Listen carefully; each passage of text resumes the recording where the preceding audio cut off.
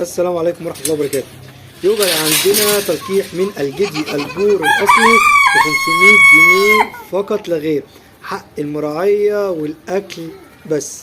للتواصل الرقم مع حضرتك، المكان الجيزة، بولاق الدكرور، شارع نهية. والسلام عليكم ورحمة الله وبركاته.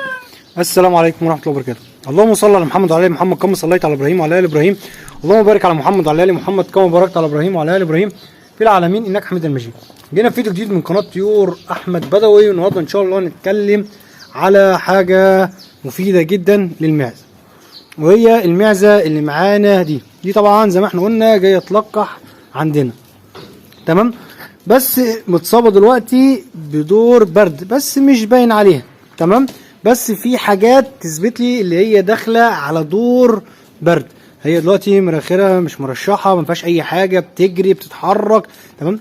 بس الشعره بتاعتها لو لاحظت هتلاقيها مش مظبوطه، واقفه، الشعره بتاعتها واقفه.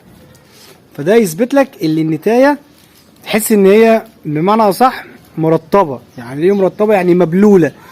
شوفها من بعيد كده تحس ان هي النتايه مبلوله.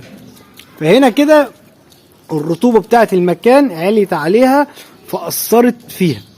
بمعنى اصح بيبقى ممكن يكون عندها نقص معادن، فمن هنا هي الوحيده لما دخلت المكان او غيرت المكان فهنا البرد اثر عليها. يبقى احنا نعرف النتايه اذا كانت داخلها برد ولا لا لما شعرها تحس ان هو مبلول متنعكش كده، زي ما تقول ايه، مبلول مثلا وانت لسه منشفه، تمام؟ بيديك نفس المنظر ده، تعرف ان النتايه دي داخله على دور برد. طب اعمل ايه يا عم مشكله، اعمل ايه يا عم احمد في المشكله دي واحلها ازاي؟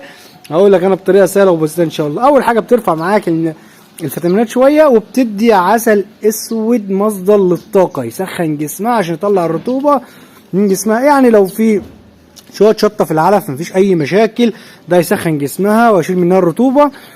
او برضو في نفس الوقت زي ما احنا قلنا عسل اسود في قلب الميه، تقريبا هنحط كيلو على 20 رتل ميه، اللي هو جردل زي الجردل ده مثلا عليه كيلو وربع، مفيش اي مشاكل، مش هيبقى فيه اي ضرر ان شاء الرحمن. والسلام عليكم ورحمه الله وبركاته.